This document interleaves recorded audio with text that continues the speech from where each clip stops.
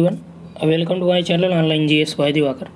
इस वीडियो में हम लोग यूजीसी नेट दिसंबर 2020 और जून 2021 जो आपका इसके पहले पेपर हुआ है उसको हम लोग सॉल्व कर रहे थे, जिसमें 4 पार्ट हमने सॉल्व किया था। 4 पार्ट में अब तक आपका 50 प्रश्न हुआ था। ये आपका पेपर है शिफ्ट 1 का, ठीक। मॉर्निंग शिफ्ट में पेपर हुआ था और इवनिंग में 2 पेपर हुए थे। तो मॉर्निंग शिफ्ट का यहाँ पे हम लोग पेपर देख लेते हैं। यहाँ पे 50 प्रश्न आपका हो चुका है, जो पीछे लेक्चर अवेलेबल हैं। हालांकि इसके डिस्क्रिप्शन में या कमेंट में चारों जो आपका हुआ है इसका लिंक अवेलेबल करा दिया जाएगा। और चूँकि इसका जो लास्ट डेट है फॉर्म भरने की ये 20 मई है, तो इसलिए यदि आप फॉर्म नहीं अप्लाई किए, जो नया आया है, यानी इसमें भी 2 आपका सेशन मर्ज हुआ है, दिसंबर 2021 और जून 2022, ये दोनों सेशन इसमें मर्ज हुए हैं।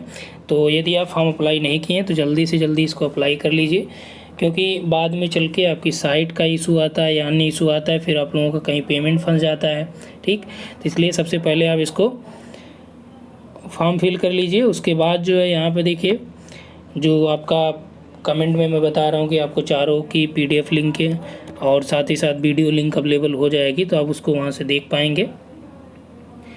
और यहाँ पे देखिए आपका नेट का बैच भी चल रहा है। यदि आप इंटरेस्टेड हैं या यदि आप यूजीसी नेट JRF की कोचिंग के लिए चाहते हैं ऑनलाइन, आप घर बैठे यहाँ पे अवेलेबल हो जाएगी। आपको यहाँ पे व्हाट्सअप करना है, कंप्लीट डिटेल मिल जाएगा। और इसमें टारगेट ये रखा गया, अभी जो आपका जून का एग्ज़ाम होने वाला है इसके पहले तक यहाँ पे सिलेबस आपका यानी पाठ्यक्रम कंप्लीट करा दिया जाएगा, ठीक। और टेस्ट सीरीज़ भी इसमें अवेलेबल है। तो यहाँ पे देखिए आपका ज़्यादा टाइम ना लेंगे। इसके पहले यहाँ पे हम लोग स्टार्ट करते हैं 51 नंबर का जो क्वेश्चन है। इसमें दिया है कि 2011 की जनगणना के अनुसार जो साक्षरता दर है इसका अवरोही क्रम, यानी सबसे बड़ा उससे छोटा फिर उससे छोटा, इन राज्यों का क्रम आपको यहाँ पे लिखना है, ठीक। तो यहाँ पे जो आपके पास विकल्प दिया गया, देखिए पहले अब प्रश्न का स्तर देखिए किस तरह से इन्होंने प्रश्न बदला है। पहले क्या प्रश्न पूछे जाते थे, डायरेक्ट पूछ देता था कौन ज़्यादा है कौन कम है। अब यानी कि इन चारों में आपको कम से कम 3 का पता होना चाहिए, तब एक आइडिया आप लगा पाएंगे, या आपने काफ़ी वर्क किया हो तो इससे आप पता कर सकते हैं, ठीक। तो देखिए इसमें केरल का लगभग 74.04 इतना लिटरेसी रेट है लगभग, ठीक। यहीं आपका हिमाचल प्रदेश की हम लोग बात करें तो हिमाचल का जो है ये देखिए आपका यहाँ पे आंकड़ा जो पूछ रहा है, ये आंकड़ा है, ये एवरेज है, सॉरी ये एवरेज भारत का जो है 74.4 है, 04 है। केरल का अकेले जो है काफ़ी ज़्यादा है, 94 है, ठीक। केरल का जो है लिटरेसी रेट यानी कि साक्षरता दर 94 है। और यहीं यदि हम लोग बात करें आपके हिमाचल प्रदेश की, ठीक, तो हिमाचल का लगभग 82 है, हिमाचल का 82 है। और हरियाणा का जो है, हिमाचल का आपका 82.80 है, देखिए एग्जैक्ट ये डेटा है, और इसका 94 है, ठीक। हरियाणा का जो आपका है ये 75.55 है, ठीक, ये परसेंटेज में है। और उड़ीसा का आपका जो है ये 72.87 है, ठीक। तो यहाँ से आप देख सकते हैं जो लिटरेसी रेट है और आपका जो सेक्स रेशियो है, इसको आप ज़रूर याद रखिए। मैक्सिमम और मिनिमम यहाँ से प्रश्न आते हैं। तो यहाँ पे आपको विकल्प कौन सा मिल जाएगा, सबसे ज़्यादा केरल है, फिर आपका हिमाचल है, फिर हरियाणा है, फिर उड़ीसा है, ठीक। यहाँ पे इनके परसेंटेज लिख दिए गए हैं। उड़ीसा का ये है, ये आपका हरियाणा का है। तो इसमें ABCD यानी C विकल्प आपका यहाँ पे सही होगा, ठीक। कौन सा विकल्प, C आपका यहाँ पे सही होगा। अगला देखिए यहाँ पे दिया गया है, निम्नलिखित में से कौन स्थानिक संगठन और राष्ट्रीय विकास के बीच निम्नलिखित में से कौन सा जो है इसमें स्थानीय संगठन और राष्ट्रीय विकास के बीच संबंध होता है कि अवधारणा को प्रतिपादित किया है।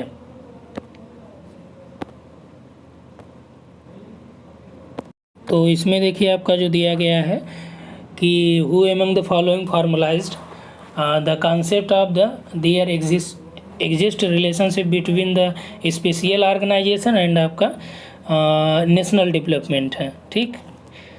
क्या है, special organisation and national development, यानी स्थानीय संगठन और राष्ट्रीय विकास के बीच संबंध होता है। इसकी अवधारणा को किसने प्रतिपादित किया, फ्रीडमैन है, डिकेंसन है, कुलिंस्की है, ल्यूटन है। अब देखिए ये वाला इसी तरह से प्रश्न आपका एक पूछा गया था यूपीएससी में, असिस्टेंट प्रोफेसर का जो 50 नंबर का एडवर्टीजमेंट था जिसका अभी इंटरव्यू चल रहा है। तो देखिए फ्रीडमैन इसका राइट आंसर होगा वहाँ पे भी।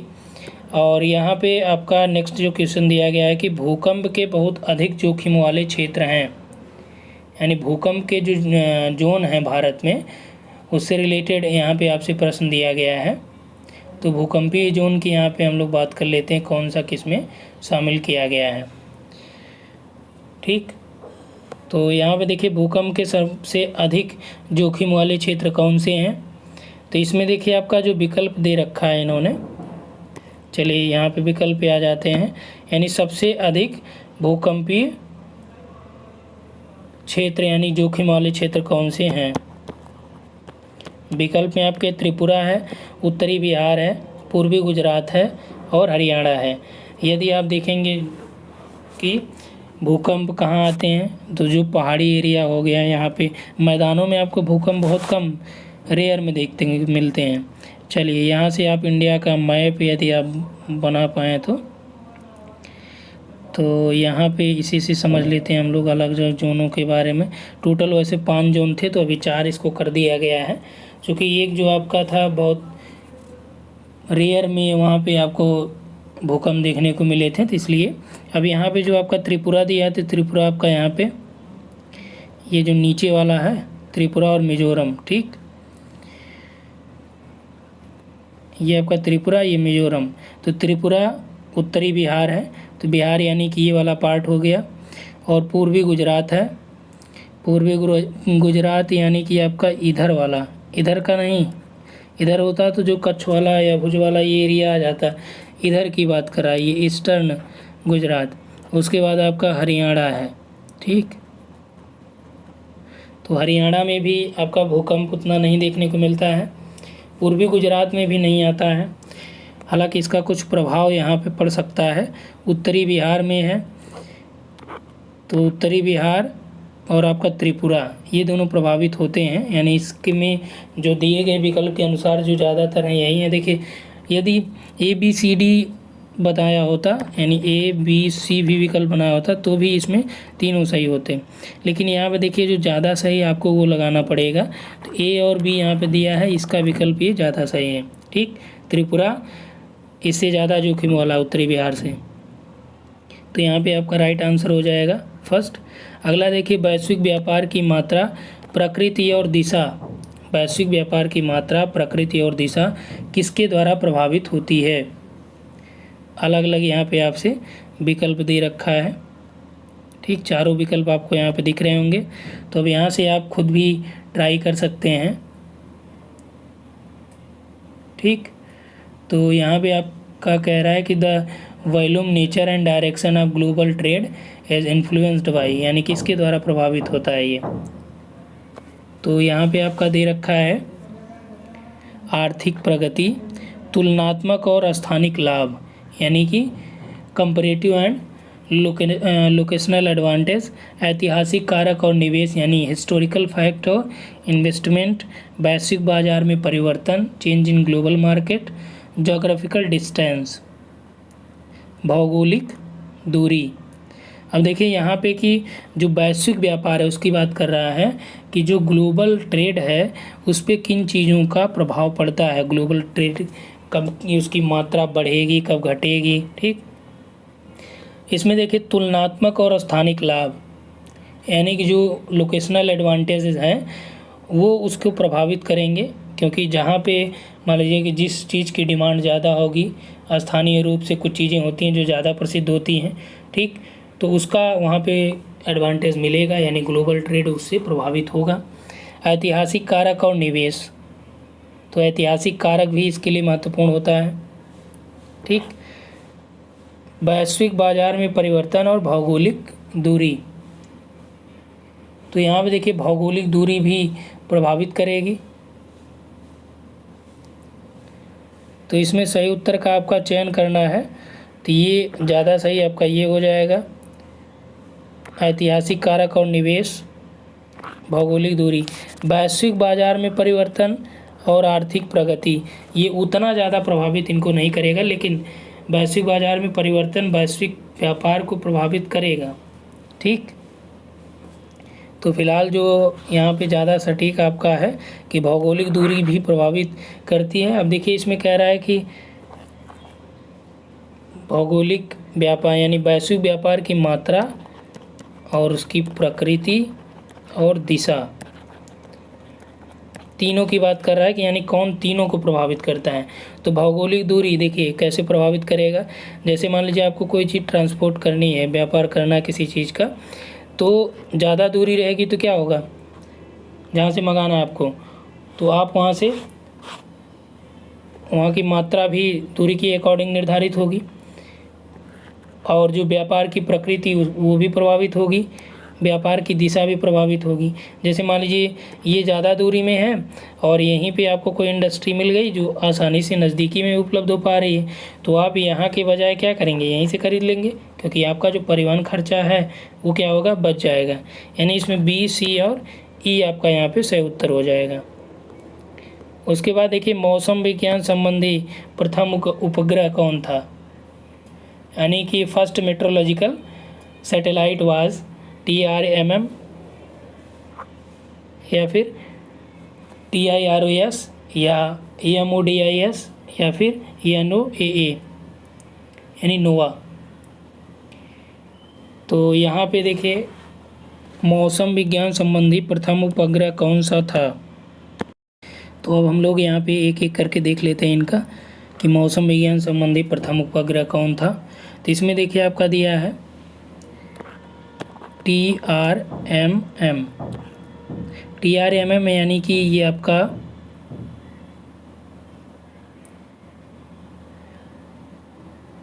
ट्रॉपिकल रेनफॉल, इसका जो फुल फॉर्म हो जाएगा ट्रॉपिकल रेनफॉल मेजरमेंट से रिलेटेड था ये। और यहाँ पे देखिए आपका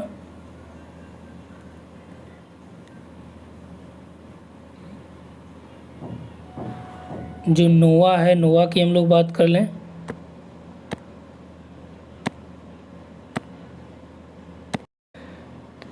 यहाँ पे देखिए नोवा NOAA।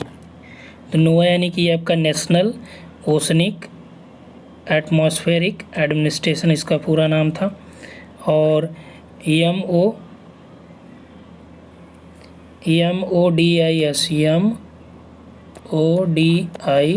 MODIS और आपका यहाँ पे है TIROS। तो जो प्रथम उपग्रह था मौसम विज्ञान संबंधी वो TIROS था, यानी कि television infrared observation satellite programme. ठीक, ये नासा के द्वारा पहला एक्सपेरिमेंटल सैटेलाइट था जो मौसम संबंधी यानी मौसम विज्ञान से जो संबंधित था, यानी कि टेलीविज़न इंफ्रारेड ऑब्जर्वेशन सैटेलाइट इसका पूरा नाम था। ठीक, और यहाँ पे जो आपका मोडीस है यानी कि MODIS, ये आपका था moderate resolution imaging spectro radiometer ये था।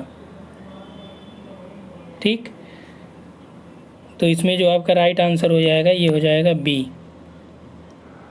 और पहला तो आपने देख ही लिया TRM यानी ट्रॉपिकल रेनफॉल मेजरिंग मिशन इसका पूरा नाम था। ये भी आपका नासा और जापान की जो स्पेस एजेंसीज़ हैं उसके द्वारा ये जॉइंट मिशन कराया गया था, यानी TRMM। जबकि यहाँ पे जो आपका मौसम विज्ञान संबंधी प्रथम उपग्रह है TIROS फर्स्ट। अगला देखिए यहाँ पे दिया गया है कि निम्नलिखित में से कौन सी एक बारंबारता बंटन नकारात्मक रूप में एक तरफा है। अब देखिए यहाँ पे आपको ग्राफ देखना है, ग्राफ हम यहाँ पे आपको बना के दिखा दे रहे हैं। जो ग्राफ आपका दिया गया उसको आप स्क्रीनशॉट कर लीजिए। चलिए यहाँ पे आप ग्राफ देखिएगा, जो इसका ग्राफ दिया गया था तो ये आपका मीन यहाँ पे दिखाया गया था। चलिए ये फर्स्ट आपका इस तरह से बनाया गया था और उसके बाद ये अलग अलग कलर हम कर देंगे इसमें। और यहीं पे आपका जो ये बनाया गया था ऐसे,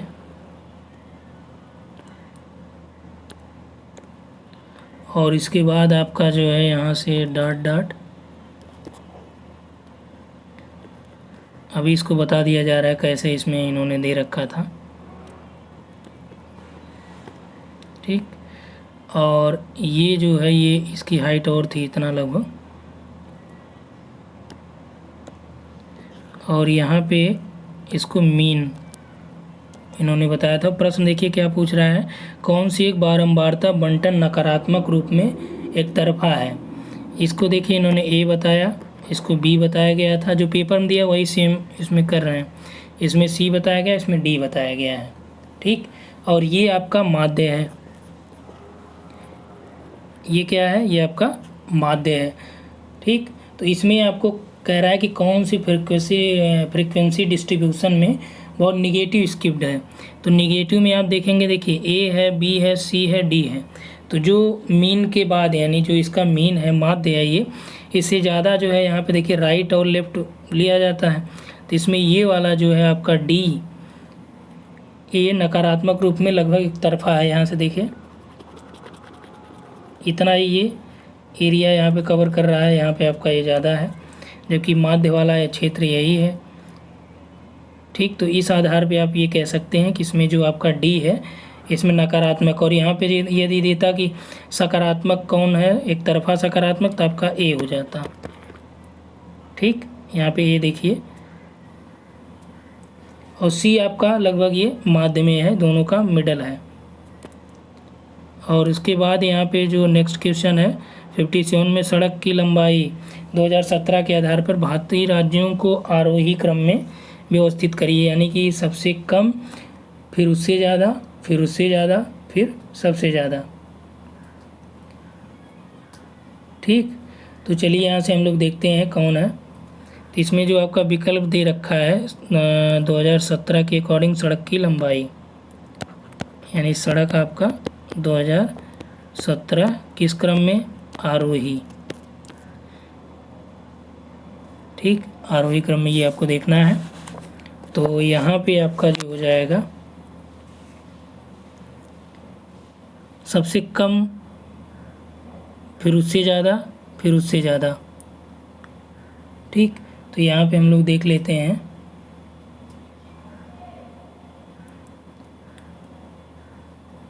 ये आपका है तमिलनाडु है, कर्नाटक है, महाराष्ट्र है, गुजरात है। तो यहाँ पे देखिए हम लोग ऑफिशियल आंसर ही देखेंगे जो ऑफिशियल की से दिया है। तो ऑफिशियल की से इसमें दे रखा है इन्होंने फर्स्ट, लेकिन इसमें जबकि ये होना चाहिए, देखिए 2017 के अकॉर्डिंग इसमें पूछा है, तो सबसे ज़्यादा जो है यदि हम लोग देखें तो महाराष्ट्र है। सड़क की लंबाई यदि देखें तो नंबर 1 पे आपका महाराष्ट्र है, जो सड़कों की कुल लंबाई की हम लोग बात करें तो ये महाराष्ट्र आता है। जबकि इसमें आरोही यानी असेंडिंग आर्डर में इन्होंने दे रखा है, तो असेंडिंग आर्डर में यहाँ दिए गए विकल्प के अनुसार आपका गुजरात हो जाएगा, फिर आपका यहाँ पे कर्नाटक है, फिर आपका तमिलनाडु है, फिर महाराष्ट्र होना चाहिए। तो यहाँ पे देखिए इन्होंने अब जो ऑफिशियल आंसर दिया है CBAD इन्होंने दे रखा है, ठीक। जबकि जो यहाँ पे हम लोग बात करें सड़क की लंबाई 2017 के अनुसार भारतीय राज्यों को आरोही क्रम में आपको यहाँ पे लगाना है। तो आरोही यानी कि सबसे कम, फिर उससे ज़्यादा, फिर उससे ज़्यादा, और लास्ट में सबसे ज़्यादा लंबाई जिस राज्य में हो। तो मिनिमम में आप यही जानते हैं कि जो आपका यहाँ पे आ जाता है सबसे ज़्यादा महाराष्ट्र है, ठीक। तो नंबर 1 पे महाराष्ट्र है, तो सबसे ज़्यादा महाराष्ट्र में होना चाहिए।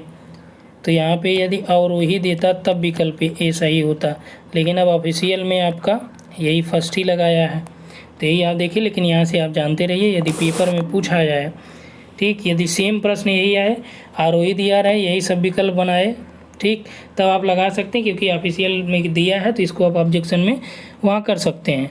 लेकिन यदि आपसे अन्य किसी परीक्षा में पूछा जाए तो आप यही लगाइएगा, सबसे ज़्यादा महाराष्ट्र में है, ठीक, नंबर 1 पे। तो सी आरोही और अवरोही में अंतर समझ लीजिएगा, अवरोही में सबसे बड़ा जो होता है यानी महाराष्ट्र हो जाएगा,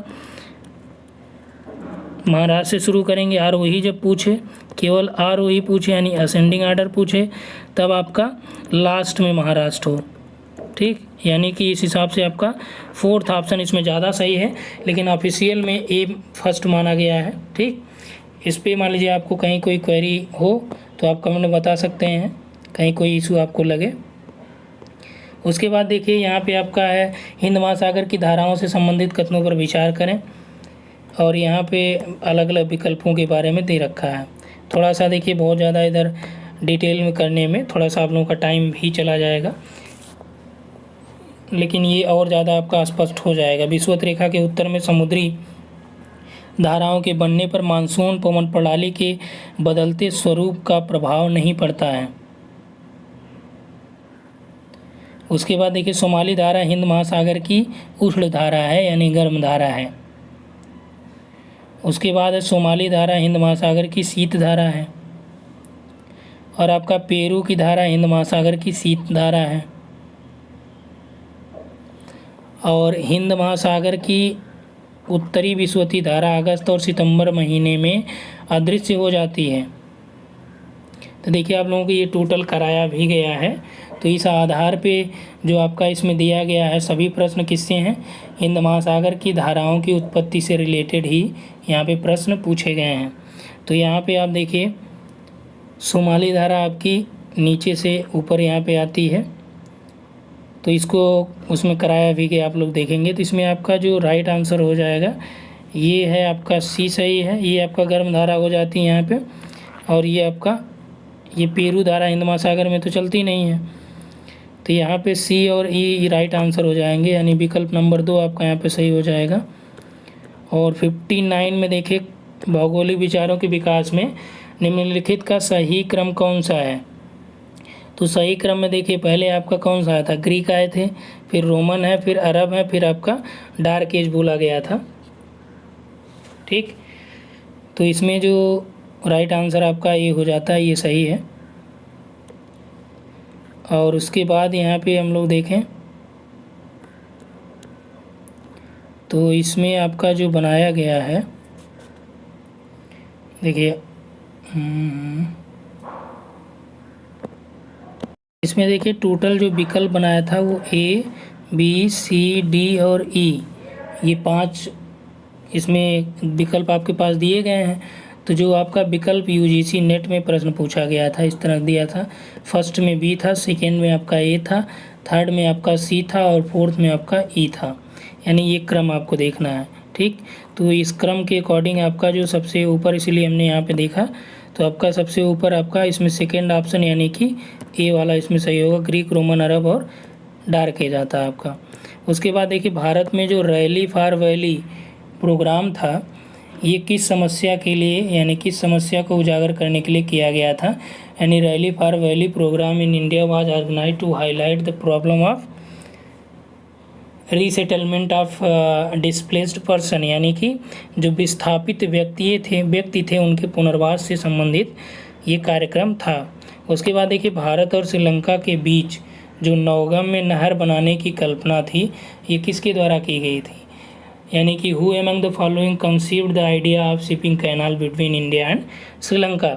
तो कौन जो है था जिसने ये आइडिया दिया था कि shipping canal between India and Sri Lanka. तो लूना लियोपार्ड हैं, फेरल हैं, टेलर हैं और बैरो हैं। अब देखिए जो प्रश्न इसमें देखिए कंप्लीट बनाया है, सबका पूरा नाम लिखा गया है। तो इसमें आपका जो विचार इसमें दिया था भारत और श्रीलंका के बीच जो शिपिंग कैनाल बनाने की, वो एडी टेलर महोदय ने दी थी।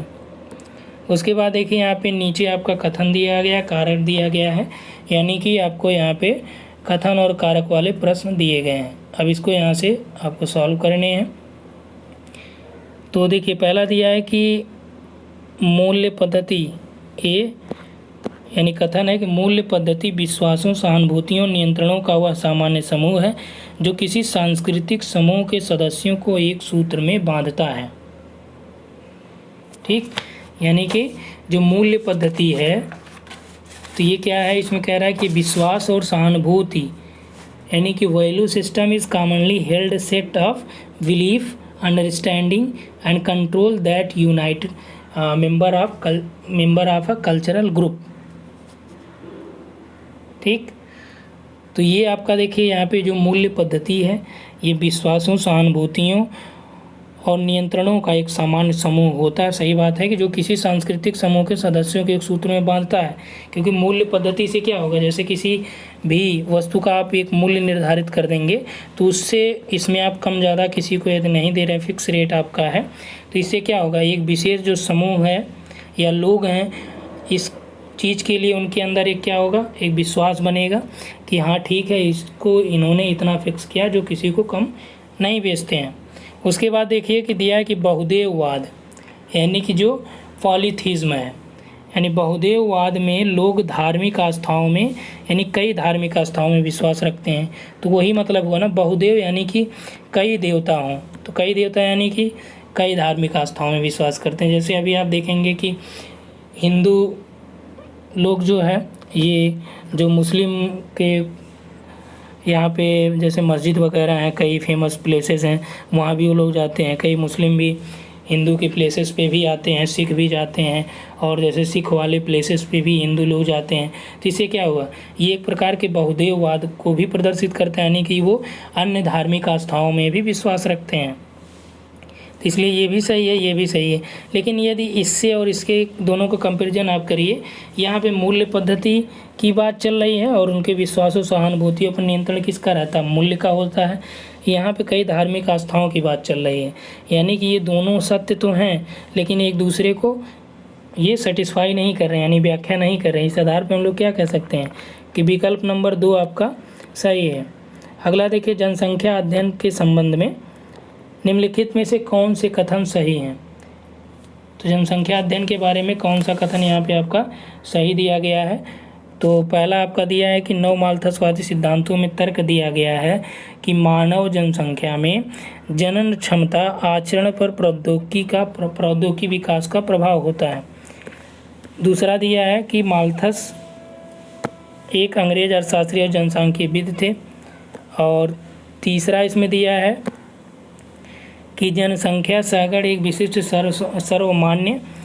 सामान्य विशेषताओं द्वारा एकीकृत जनसंख्या समूह का उल्लेख करता है।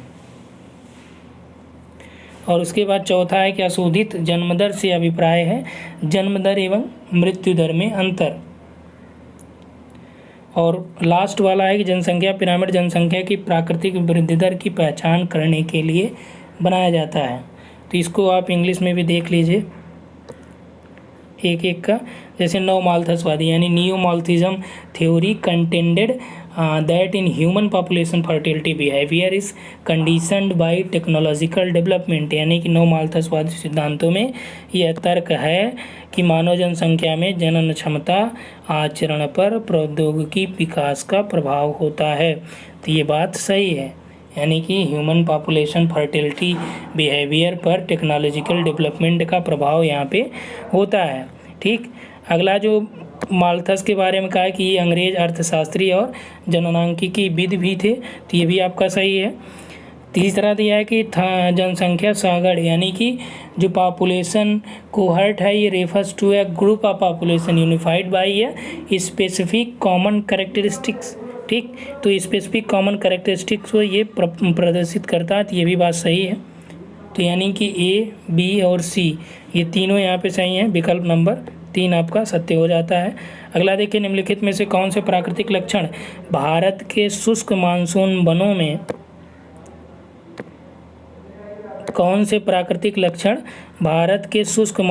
में से संबंधित हैं। अब देखिए यहाँ पे आप देख सकते हैं कि एनटीए का जो प्रश्न बनाने का तरीका क्या है, काफ़ी डिस्क्रिप्टिव प्रश्न बनाता है, यानी बहुत डीप। तो यहाँ पे कह रहा है कि कौन सा लक्षण भारत के शुष्क मानसूनी जो वन है उससे संबंधित है। तो वहाँ पे वार्षिक वर्षा 50 सेंटीमीटर से कम होती है, वृक्ष की जड़ें छोटी होती हैं, पौधों की वृद्धि के लिए पूरे वर्ष परिस्थितियाँ अनुकूल रहती हैं, या फिर यहाँ पे आपका जो दिया गया वृक्षों के बीच कांटेदार झाड़ियाँ और घास स्थल पाए जाते हैं। और यहीं पे आपका दिया गया और यहाँ पे आपका जो वृक्षों के बीच कांटेदार झाड़ियाँ और घास स्थल पाए जाते हैं, आम, महुआ, शीशम, कीकर और यहाँ के जो मुख्य वृक्ष हैं, यानी कि जो शुष्क मानसूनी वन हैं उसकी बात कर रहा है। भारत में जो शुष्क मानसूनी वन है, तो शुष्क मानसूनी वनों में आप जानते हैं कांटेदार झाड़ी और घास स्थल पाए जाते हैं। आम, महुआ, शीशम ये सब वृक्ष इसके हैं, शुष्क मानसूनी वन के वृक्ष हैं। तो जबकि यहाँ पे दिया है कि वृक्षों की जड़ें छोटी होती हैं, ऐसा नहीं है। 50 सेंटीमीटर से कम वर्षा होती है मरुस्थली में आ जाएंगे। पौधों की वृद्धि के लिए पूरे वर्ष परिस्थितियाँ अनुकूल रहती हैं, तो नहीं, हमेशा अनुकूल नहीं रहती हैं। तो इस आधार पे हम लोग यहाँ पे देखें तो दिए गए प्रश्न में जो आपका सही उत्तर है कौन सा मानसूनी वन शुष्क मानसूनी वनों से संबंधित है, तो आपका डी और ई यहाँ पे राइट आंसर हो जाते हैं। अगला देखिए, कौन से जलप्रपात नर्मदा नदी से संबंधित हैं। तो नर्मदा नदी पर कौन कौन से जलप्रपात हैं, देखिए आपका मंदार है और हीरान आपका ये नर्मदा नदी पे नहीं है। तवा इसकी सहायक नदी है, लेकिन ये आपका यहाँ पे जलप्रपात नहीं है। दर्दी ये आपका नर्मदा पर स्थित है और सहस्त्रधारा भी जो है नर्मदा पर है, यानी कि ए, डी और ई ये हैं। तो इसमें आपका देखिए विकल्प में जो दिया गया है ए, डी, ई, यानी सेकंड नंबर विकल्प आपका यहाँ पे राइट हो जाता है। और नेक्स्ट यहाँ पे देखिए, निम्नलिखित में से कौन सा तड़ित झंझा के प्रौढ़ चरण को दर्शाता है, यानी तड़ित झंझा युक्त जो वर्षा होती है उसके चरम को कौन सा दर्शाता है। तो विपरीत रूप से आवेशित क्षेत्रों के बीच विद्युतीय तनाव हो, या अचानक वर्षा शुरू हो जाना, संपूर्ण अस्थिरता, या ऊर्जा मंदाता, यानी कि यहाँ पे आपका जो दे रखा है कि तड़ित झंझा का जो प्रौढ़ चरण है, यानी कि टॉप लेवल उसका जो है, तो ये आपका सडन ऑनसेट ऑफ रेन, यानी कि अचानक वर्षा जो है ये शुरू हो जाना, यानी कि यहाँ पे देखिए तड़ित झंझा के प्रौढ़ चरण को अचानक जो है वर्षा शुरू हो जाना। तो तड़ित झंझा के साथ क्या होती है, अचानक वर्षा होती है और तीव्र गति से होती है। अब आपके लिए ये प्रश्न है कि ये किन बादलों से होती है, किन बादलों से तड़ित झंझा युक्त वर्षा होती है। अगला देखिए, यहाँ पे आपको मैच कराना है, सांस्कृतिक शब्दावली है और यहाँ पे परिभाषा दी गई है। इससे क्या है, आपका कल्चरल ज्योग्राफी भी एक प्रकार से उसके कुछ टॉपिक यहाँ से आप आसानी से कंप्लीट कर लेंगे। जैसे इसमें दिया है कि सांस्कृतिक हृदय स्थल है, यानी कि कल्चरल हर्थ, आप या इसको हॉटलैंड कह सकते हैं, ठीक। उसके बाद देखिए, तो कल्चरल हर्थ क्या होता है। तो कल्चरल हर्थ में हम लोग ये देखते हैं कि area of innovation from which की cultural element diffuse to surrounding area, यानी कि जो हृदय स्थल होता है इसमें अभिनवता का क्षेत्र जिससे प्रमुख सांस्कृतिक तत्व आसपास के क्षेत्रों को प्रसारित हो सके,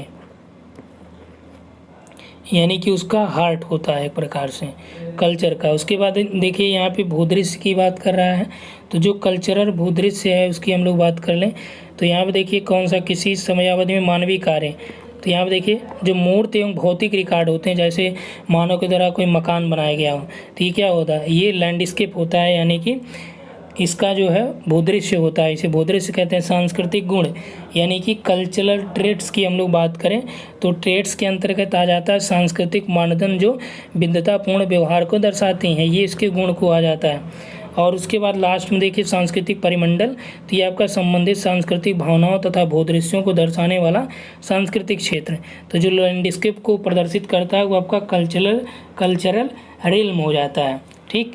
तो यानी कि यहाँ से आपको क्या मिला, ए का 2 मिला, बी का आपका 3 मिला, सी का 1 मिला, डी का आपका 4 मिला। तो इस आधार पे यहाँ पे देखिए विकल्प आपके पास दिए गए हैं, तो इसमें जो राइट आंसर हो जाएगा ये हो जाएगा 4th वाला, ठीक।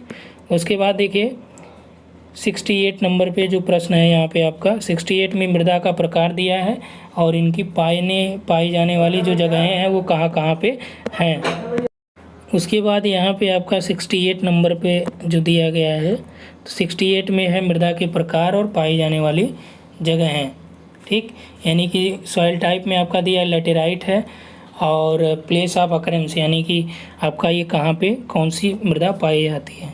तो लैटेराइट जो मिट्टी है ये कहाँ पे आपका देखने को मिलती है, और जो लवणीय मृदा यानी कि जो सैलाइन सॉइल है, यहाँ पे देखिए लैटेराइट है, ये सैलाइन है, ये आपका ब्लैक है, ये आपका रेड लोम है, जो लाल दोमट दिया है ये रेड येलो LOAM होता है, ठीक, रेड लोएम।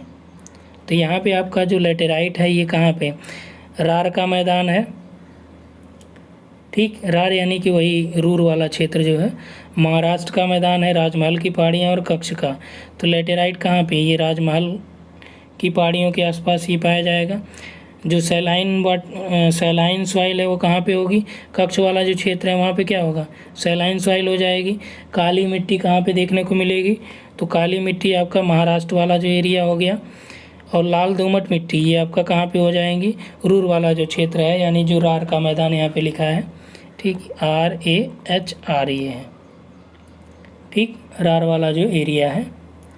तो यहाँ पे आपका जो विकल्प के अनुसार हो जाएगा, ए का आपका 3 हो गया, बी का 4 हो गया, सी का आपका 2 हो गया और डी का जो है ये आपका 1 हो गया।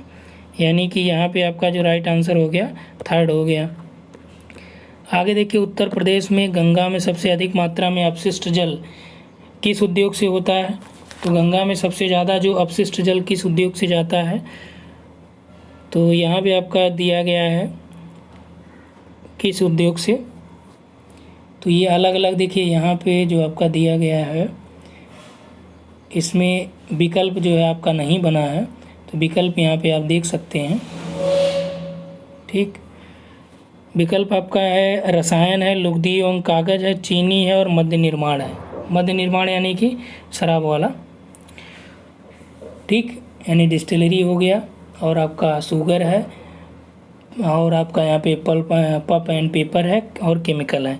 तो सबसे ज़्यादा जो उत्तर प्रदेश में गंगा में सबसे अधिक मात्रा में अपशिष्ट जल बहाया जाता है, ये आपका यहाँ पे देखिए चीनी उद्योगों से होता है। दिए गए विकल्प के अनुसार हम लोग क्या लगाएंगे, चीनी उद्योग।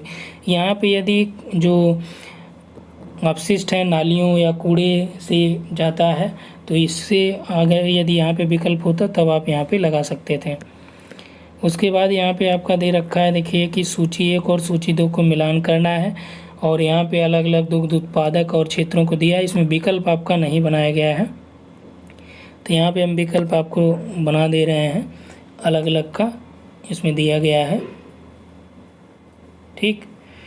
तो जो विटलसी का वर्गीकरण है ये याद रखिएगा किसका है, विटलसी का वर्गीकरण है वाणिज्यिक दुग्ध उत्पादन कहाँ पे होता है, तो वाणिज्यिक दुग्ध उत्पादन यहाँ पे आपका हो जाएगा ए का 3 यानी कि न्यूजीलैंड। और यहाँ पे आपका वाणिज्यिक खाद्य उत्पादन किस पे होगा, तो वाणिज्यिक खाद्य उत्पादन जो आपका हो जाएगा ये है अर्जेंटीना, खाद्यान्न उत्पादन। और यहाँ पे यायावर पशुपालन यानी कि जो पशुपालन होता है वो आपका कहाँ पे हो जाएगा, ये आपका मंगोलिया में यायावर जो घुमंतू जनजातियाँ होती हैं, कभी यहाँ कभी वहाँ। और पौधरोपण की हम लोग बात करें तो ये आपका आ जाता है श्रीलंका। तो इस आधार पे जो विकल्प हो जाएगा, ए का आपका हो गया 3, बी का हो गया 4 और सी का हो गया 1, डी का हो गया 2। ये वाला विकल्प सही है। और जो आपके पेपर में दिया था वो 3rd नंबर का जो विकल्प था वही आपका यहाँ पे राइट हो जाएगा, ठीक। तो चूँकि इसमें विकल्प छूट गया है, टाइप करने में थोड़ा समय लगता है, तो इसलिए। नीचे दिए गए वर्षों में भारत में प्राकृतिक आपदाओं द्वारा प्रभावित लोगों की संख्या के आधार पर अवरोही क्रम में यहाँ पे व्यवस्थित करें, यानी कि जो अलग अलग टाइम में आपदाएं आई थी उसको आपको यहाँ पे अरेंज करना है कि सबसे ज़्यादा जो प्रभाव हुआ था वो कहाँ पे हुआ था, उससे कम कहाँ किस आपदा में कब हुई थी। तो यहाँ पे देखिए 1988 में आपदा आई है, 89 की आपदा, 85, 91 और 94। तो सबसे ज़्यादा जो ये प्रभाव पड़ा था वो आपका किस आपदा में, 89 में जो आई थी।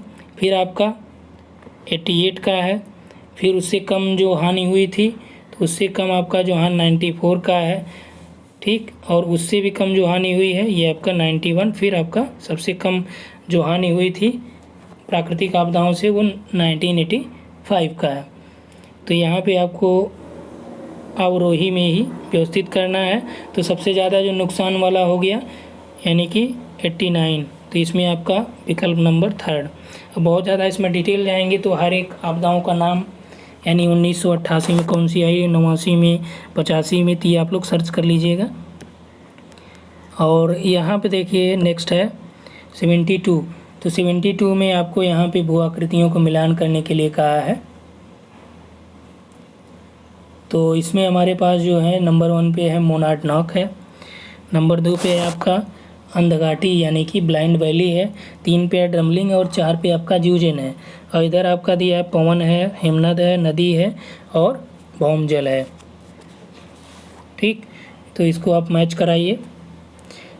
तो मोनार्ड आपका नदी के द्वारा हो गया, और आपका जो अंधी घाटी है तो अंधी घाटी ये भौमजल से होती हैं। ड्रमलिंग आपका हो गया हिमनद से, ज्यूजेन आपका पवन से। तो यहाँ पे आप मिला लीजिए, ए का 3 हो गया, बी का 4 हो गया, सी का आपका 2 हो गया, डी का जो है 1 हो गया। तो ये आसान वाला प्रश्न है, इसको भी कराया गया आप लोगों को। अगला देखिए, बेलीज प्रवाल रोधिका किन के बीच स्थित है, यानी जो बेलीज प्रवाल रोधिका है, प्रवाल भित्ति आप कह सकते हैं, ये कहाँ पे स्थित है या किसके बीच पाई जाती है, यानी बैरियर रीफ लोकेटेड बिटवीन। तो बेलीज जो बैरियर रीफ है, मैक्सिको क्यूबा है, जमैका होंडुरास है, मैक्सिको ग्वाटेमाला है या फिर मैक्सिको बहामा है। तो बेलीज जो प्रवाल भित्ति है ये आपका मैक्सिको ग्वाटेमाला के बीच पाई जाती है। अगला देखिए, स्थानीय पवन, इसमें आपको क्या करना है, इसमें आपका दिया है कि स्थानीय पवन अपराही पवन से संबंधित नहीं है, यानी कि which of the following local wind are not related with drainage wind. कौन सी यहाँ पे ये अपराही यानी कि ड्रेनेज विंड से कौन सी संबंधित नहीं है। तो बोरा है, मिस्ट्रल है, सेंटा एना है, रॉसबी है। तो इसमें देखिए आपका संबंधित नहीं है। जो रॉसबी वेव्स है ये आपका जेट स्ट्रीम से रिलेटेड जो कॉन्सेप्ट है उसमें आता है, तो इसमें इसलिए ये आपका ये नहीं आएगा। तो बोरा, मिस्ट्रल, सेंटा एना ये इसमें आएंगे। अगला देखिए, अंतर्राष्ट्रीय व्यापार के लाभों से संबंधित कौन सा कथन सत्य है। तो अंतर्राष्ट्रीय व्यापार में जो लाभ प्राप्त होता है उसके बारे में दिया है कि कौन से कथन इसमें सत्य हैं। ठीक, तो चलिए यहाँ पे देखते हैं नेक्स्ट। इसको थोड़ा सा और नीचे हम लोग लाते हैं तो इसमें पूरा आपका विकल्प दिखने लगेगा। ये क्या है, अंतर्राष्ट्रीय व्यापार से संबंधित, उसमें लाभ के बारे में पूछा गया है। तो दिया है कि अंतर्राष्ट्रीय व्यापार के लाभ से संबंधित कौन सा कथन सत्य है, यानी इसके चलते व्यापार पेटी में विभिन्न प्रकार के संसाधनों का प्रवेश हुआ है। ठीक, तो ये आपका सही है, क्योंकि अंतर्राष्ट्रीय व्यापार से जो लाभ होते हैं वो आपका ये है कि व्यापार की पेटी में अनेक प्रकार के संसाधन का प्रवेश हुआ। विश्व के विभिन्न भागों में उत्पादित भांति भांति के उत्पादकों को वैश्विक व्यापार में वितरित करने में भी अंतर्राष्ट्रीय व्यापार से सहायता मिलती है। बात सही है। समग्र उत्पादन लागतों का अंतर्राष्ट्रीय व्यापार जो है ये कर देता है। समस्त उत्पादन लागतों को अंतर्राष्ट्रीय व्यापार जो है ये टैक्स पे करता है, यानी कि international trade decrease the overall cost of production, यानी कि ये क्या करता है कि कम कर देता है। ये जो व्यापार, अंतर्राष्ट्रीय व्यापार जो है ये कम कर देता है समग्र उत्पादन लागतों को। ठीक, यानी ये क्या करता है कि ओवरऑल जो कॉस्ट प्रोडक्शन है उसको डिक्रीज कर देता है। जो अंतर्राष्ट्रीय व्यापार यदि कम हुआ तो क्या होता है, ओवरऑल जो प्रोडक्शन होगा उसमें भी कमी हो जाएगी। तो ये भी बात आपका सत्य है। उसके बाद देखिए, इससे विकसित देशों की अपेक्षा विकासशील देशों को अधिक सहायता मिलती है। तो ऐसा नहीं है कि विकासशील जो देश हैं वो अंतर्राष्ट्रीय व्यापार से काफ़ी जो है लाभान्वित होते हैं, जबकि जो विकसित हैं वही लाभान्वित होते हैं।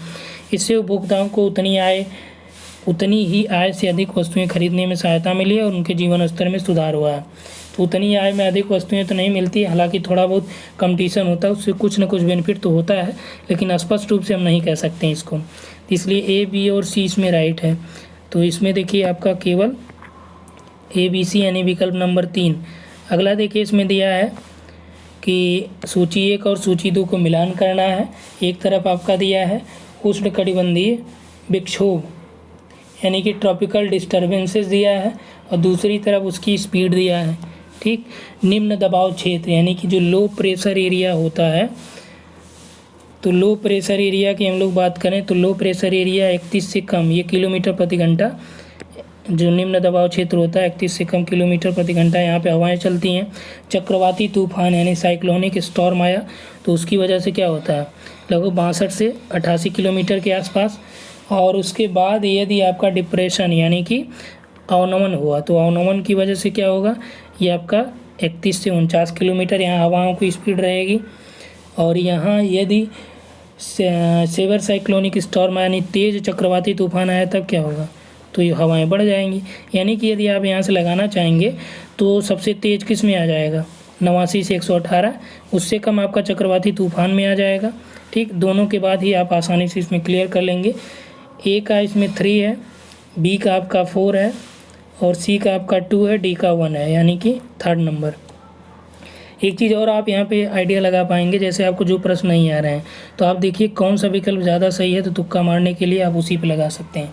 जैसे अभी इस पेपर में हमने सॉल्व किया तो मैक्सिमम में आपका 3rd ऑप्शन सही है। तो आप एक को यदि प्रश्न नहीं आ रहे हैं, तुक्का लगाना है, तो आप 3rd ऑप्शन पे लगाएंगे तो इसमें सही होने की पॉसिबिलिटी ज़्यादा रहती है। फर्स्ट पेपर में भी यही हाल रहता है। ठीक, उसके बाद देखिए कौन सा युग्म सुमेलित नहीं है, तो कौन सा इसमें सुमेलित नहीं है, कोसी अनुवर्ती नदी है, नर्मदा भ्रंश घाटी की नदी सही है, सतलज पूर्ववर्ती है सही है, घग्गर अंतः प्रवाही नदी सही है। कोसी नदी जो है ये अनुवर्ती नदी नहीं है, तो इसमें ये आपका सुमेलित नहीं है, तो विकल्प नंबर 1 हो जाता है। अगला देखिए, भ्रमिलता की प्रक्रियाओं को पहचान करें। इसको इंग्लिश में भी आप देख लीजिए तभी ये और स्पष्ट हो पाएगा। यानी कि identify the process of velocity. भ्रमिलता यानी कि वेलोसिटी वर्टिसिटी है, ये वेलोसिटी नहीं वर्टिसिटी है। भ्रमिलता की प्रक्रियाओं की पहचान करें। त्वरण है, घर्षणता, घर्षणात्मक प्रभाव है, खुरदरापन है, घूर्णन है, कोणीय वेग है। तो इसमें देखिए विकल्प आपका दिया है ए, बी, सी, डी, डी, ई और ए ई। तो इसमें जो आपका राइट आंसर हो जाएगा वो हो जाएगा घूर्णन और कोणीय वेग। ये आपका वर्टिसिटी से रिलेटेड है। किससे हैं, वर्टिसिटी से, यानी डी और ई, विकल्प नंबर 3rd। अगला देखिए, निम्नलिखित में से कौन जो है नवीकरणीय संसाधन है, तो नवीकरणीय और अनवीकरणीय इन दोनों के बारे में आपको पता होना चाहिए। ये हमने कराया भी है संसाधनों में। यानी कि एक नवीकरणीय यानी कि रिन्यूएबल रिसोर्सेज होता है, यानी कि जिसे प्राप्त किया जा सकता है। तो यहाँ पे आपका दिया गया है कि कौन सा नवीकरणीय संसाधन है, धातु है, इसके प्राकृतिक गैस है, ईंधनशील है, मछलियाँ हैं। तो रिन्यूएबल और नॉन रिन्यूएबल 2 होती हैं। तो नॉन रिन्यूएबल है यानी कि यूज करने के बाद एक बार खर्च हो जाती हैं। तो यहाँ पे वैसे बहुत ज़्यादा सटीक तो नहीं है, लेकिन आप मछलियाँ यहाँ पे लगा सकते हैं, जबकि ईंधनशील ये भी खत्म हो जाता है, प्राकृतिक गैस भी, धातु है इसका भी।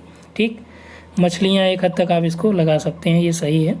हालांकि नवीकरण का मतलब यदि इसका एक बार यूज हो जाए तो दोबारा से उत्पन्न ना हो सकें, तो जाहिर सी बात है कि यदि आप मछली को खा जाएंगे, यदि आप मांसाहारी हैं तो नुकसान हो जाएगा, यानी आपका जो संसाधन है ख़त्म हो गया ना। तो यहाँ पे इसीलिए मैं कह रहा हूँ कि बहुत ज़्यादा सटीक तो नहीं कहा जा सकता, लेकिन इन तीनों से ज़्यादा सही आपका मछलियाँ हैं। नीचे 2 कथन दिए गए हैं अलग अलग, इसमें आपको ये देखना है कि फोटोग्राफ जो दिया गया है इसमें आपका कि photograph are originally produced in analogue form. जो फोटोग्राफ होता है ये मूलतः एनालॉग फॉर्म में प्रोड्यूस किया जाता है, यानी तैयार किया जाता है। और कथन 2 है कि इमेज जो है डिजिटल रूप में तैयार होता है। तो ये देखिए, फोटोग्राफ आपका एनालॉग फॉर्म में होता है, ये भी सही है, और इमेज आपका डिजिटल रूप में होता है, ये भी सही है, यानी फर्स्ट वाला, ये दोनों सही हैं। उसके बाद देखिए 81 नंबर का प्रश्न है। कथन दिया है कि समुद्र की अधिक गहराई पर पानी अत्यंत धीमी गति से बहता है और समान निम्न तापमान बनाए रखता है। ठीक, यानी कि काफ़ी अधिक गहराई पर आप जाएंगे समुद्र के अंदर तो वहाँ पे कह रहा है कि जो टेम्परेचर है वो क्या रहता है, कम बना रहता है, और जो वहाँ इनके बहाव की गति होती है, यानी यदि आप कहें धाराओं की, तो धाराएं बहुत धीरे धीरे चलती हैं। तो ये आपका सही बात है। जैसे ही आप गहराई में जाएंगे तो ये स्थिति देखने को मिलती है। तापमान में अंतर भी निम्न रहता है। अगला देखिए, कारण देख क्या दे रहा है कि समुद्री सतह उष्मा और पानी को निचले वायुमंडल की तरफ लौटा देता है। तो ऐसा नहीं है, समुद्री सतह क्या करता है, उष्मा और पानी को निचले वायुमंडल की तरफ लौटा देता है। तो ये बात सही है। देखिए, क्योंकि निचला वायुमंडल जैसे ही आपका समुद्री सतह है तो यहाँ से क्या होगा, पार्थिव विकिरण, जो दीर्घ पार्थिव विकिरण यहाँ से निकलेगी, यानी ये सब ऊष्मा छोड़ेंगे, तो ऊष्मा छोड़ेंगे तो वायुमंडल का जो निचला भाग होगा पहले यहीं पहुँचेगी, तो इधर लौटा देती, तो ये बात सही है, ठीक। लेकिन इसकी वजह से इसका कोई प्रभाव नहीं है, क्योंकि जो समुद्र की अधिक गहराई में आप जाएंगे तो यहाँ से ऊष्मा और इसका कोई मतलब नहीं है।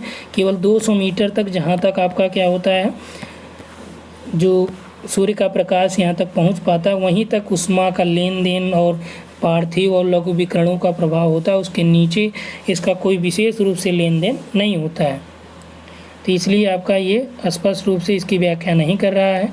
तो आपका विकल्प नंबर 2 यहाँ पे सही हो जाएगा। अगला देखिए, पवन विदर, यानी कि यहाँ पे आपका दे रहा है कि जो पवन विदर यानी गैप है, गैप की परिघटना किससे संबंधित है, तो इसमें आपका दिया है जो विंड गैप होता है, पवन विदर यानी कि विंड गैप आप कहते हैं, हिमजलीय अपरदन से या नदी का पार्श्विक अपरदन से, नदी द्वारा अविशीर्ष अपरदन से या हिमनदी समतलन से। तो जो विंड गैप होता है, एक प्रकार से आप खिड़की समझ सकते हैं, ये नदियों के द्वारा जो हेडवार्ड इरेजन किया जाता है, यानी कि इस तरह से इरेजन जो होगा तब ये आपका क्या होगा, ये विंड का गैप दिखाएगा, ठीक। तो यानी कि 3rd नंबर यहाँ पे आपका राइट आंसर हो जाएगा। अगला देखिए, नेक्स्ट है, अंतर्राष्ट्रीय पर्यटन उद्योग के आरंभ और विकास से संबंधित निम्नलिखित में से कौन सा कथन असत्य है, यानी गलत कथनों की बात किया है। थॉमस कुक ने 1841 में पहली पैकेज यात्राओं का प्रबंध किया, जिसमें यात्रियों को यूके में लेस्टर से लोबोरो ले जाया गया, तो ये आपका सही है। तो इसमें कथन असत्य कह रहा है, तो ये आपका सत्य है। पेरिस, रोम और लंदन जैसे बड़े यूरोपीय नगरों के सांस्कृतिक परिदृश्य की विविधता में पर्यटकों और अन्य नागरिकों की बढ़ती दिलचस्पी ने पर्यटन को और भी बढ़ा दिया, ये बात सही है, ठीक। तो इसलिए असत्य ये नहीं है। द्वितीय विश्व युद्ध में समाप्ति से पर्यटनों की सर्वाधिक शक्ति प्रदान हुई है, तो ये भी आपका सही है, क्योंकि जब युद्ध होंगे तो पर्यटन पे दुष्प्रभाव होगा, ठीक। जैसे युद्ध समाप्त हुआ तो लोग और ज़्यादा पर्यटन स्थलों पे जाने लगे। उसके बाद देखिए, अंतर्राष्ट्रीय पर्यटन में नया युग लाने में जेट विमान असमर्थ रहा। देखिए यहाँ पे क्या रहा है, असमर्थ यहाँ पे है, ये समर्थ है, तो जबकि पहले ये कह रहा है कि असमर्थ रहा, तो इसलिए ये आपका असत्य में यही सत्य हो गया, एक मिल गया। अगला देखिए, 1970 में बोइंग 747 को अधिक अंतर्राष्ट्रीय पर्यटन नहीं मिला। तो ये देखिए, अंतर्राष्ट्रीय पर्यटन मिला था इसको, जो नहीं कहा है इसकी वजह से ये भी आपका गलत हो गया, यानी कि ई हो गया। तो डी और ई यहाँ पे रॉन्ग है, विकल्प आपके पास है डी और ई। अगला देखिए, निम्नलिखित में से कौन से कौन सा एक भूगोलवेत्ताओं के जर्मन संप्रदाय का सही क्रम है। अब देखिए, ये जो प्रश्न देते हैं इसको आपको निश्चित तौर पे ये क्रम याद रखना है।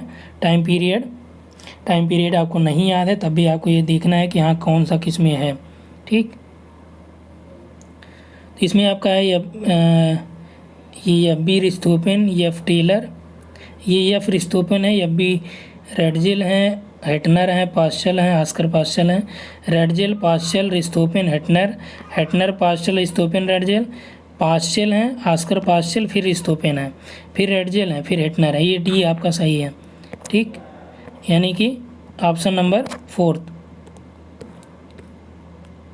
अगला देखिए, 85 नंबर का प्रश्न है। 85वें में दिया है कि उत्तर वैश्वीकरण के समय में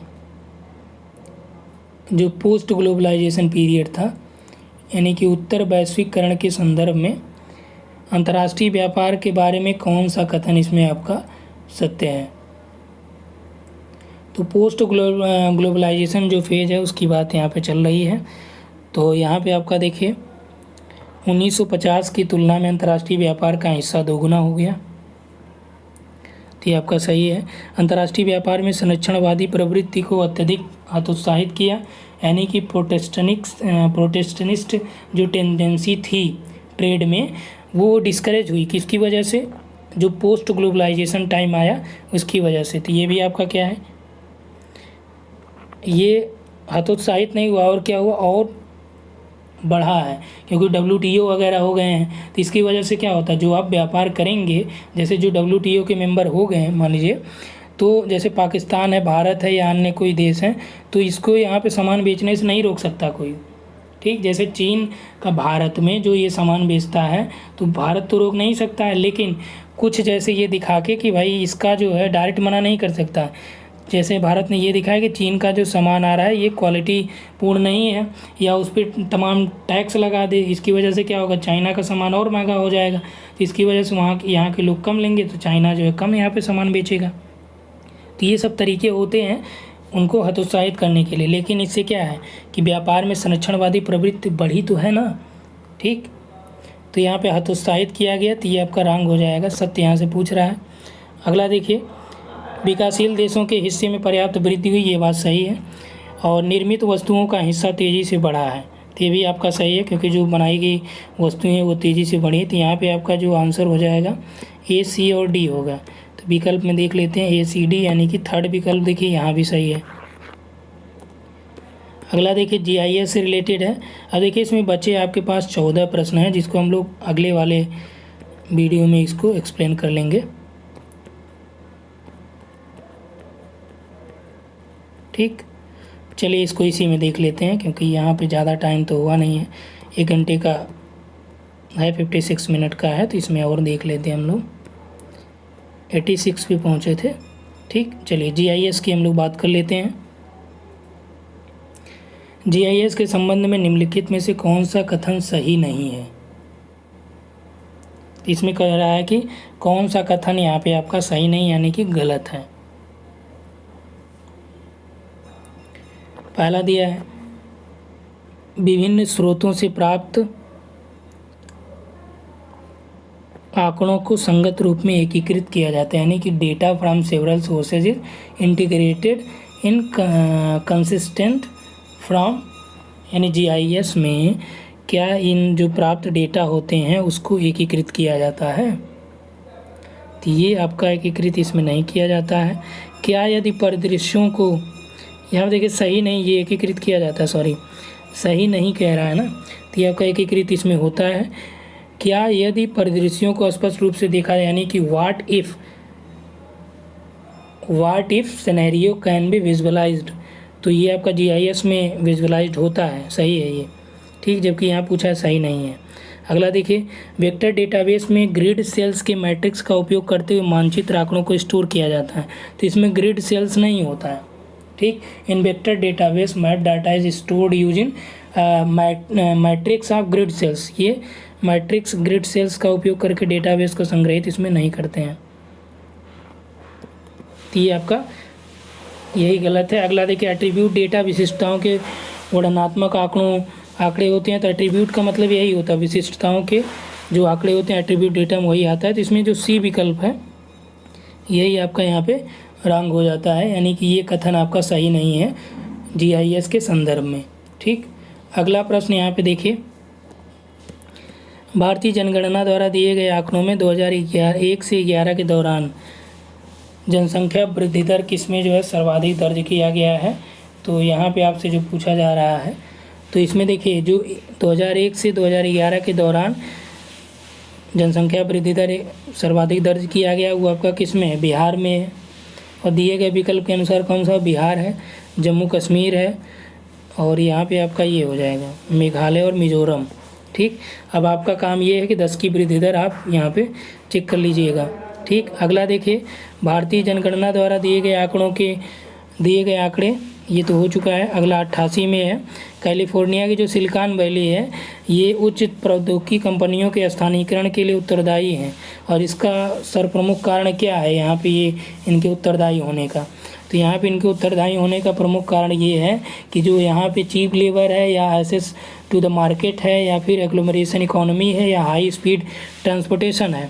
तो इसमें कौन सा है, समूहन अर्थव्यवस्था है, यानी कि यहाँ पे अन्य अर्थव्यवस्थाओं का भी एग्लोमरेशन हुआ है। ठीक, उसके बाद देखिए यहाँ पे आपका ये दिया गया है, तो इसको अलग अलग प्रतिशत केंद्रों में ये आपका डिग्री में अनुरेखन किया गया है। तो इसको हम लोग जो है नेक्स्ट वीडियो में ही क्लियर करेंगे, क्योंकि वहाँ पे इसको और स्पष्ट रूप से आपको समझा पाएंगे। तो इस वीडियो में हम लोग इतना ही। और यहाँ पे देखिए आप लोगों का बैच भी जो चल रहा है इसमें थोड़ा सा स्लो इसलिए हो गए क्योंकि यहाँ पे टाइप करने में थोड़ा सा इशू हुआ है कहीं कहीं, तो इसलिए उसको देखना पड़ा, तो इसलिए आप यहाँ पे देख सकते हैं टोटल। और इस पर आप व्हाट्सअप कर देंगे तो इसका PDF भी आपको भेज दिया जाएगा। और यहाँ पे बैच भी चल रहे हैं, यदि आप नेट JRF के लिए ज्वाइन करना चाहते हैं तो आप ज्वाइन कर सकते हैं व्हाट्सअप करके। अब इसमें बचे हैं लगभग 10 से 15 प्रश्न, उसको अलग से वीडियो में कंप्लीट कर देंगे। इसके बाद हम लोग देखेंगे सेकंड शिफ्ट का। ठीक, थैंक्स फॉर वॉचिंग।